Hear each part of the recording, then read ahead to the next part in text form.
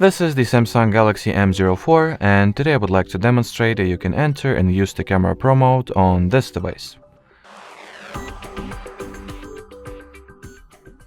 So obviously the first step is to launch the camera application, then scroll the available modes list to the left until you will enter the More section. Among the available modes at the More section, go for the one that says Pro.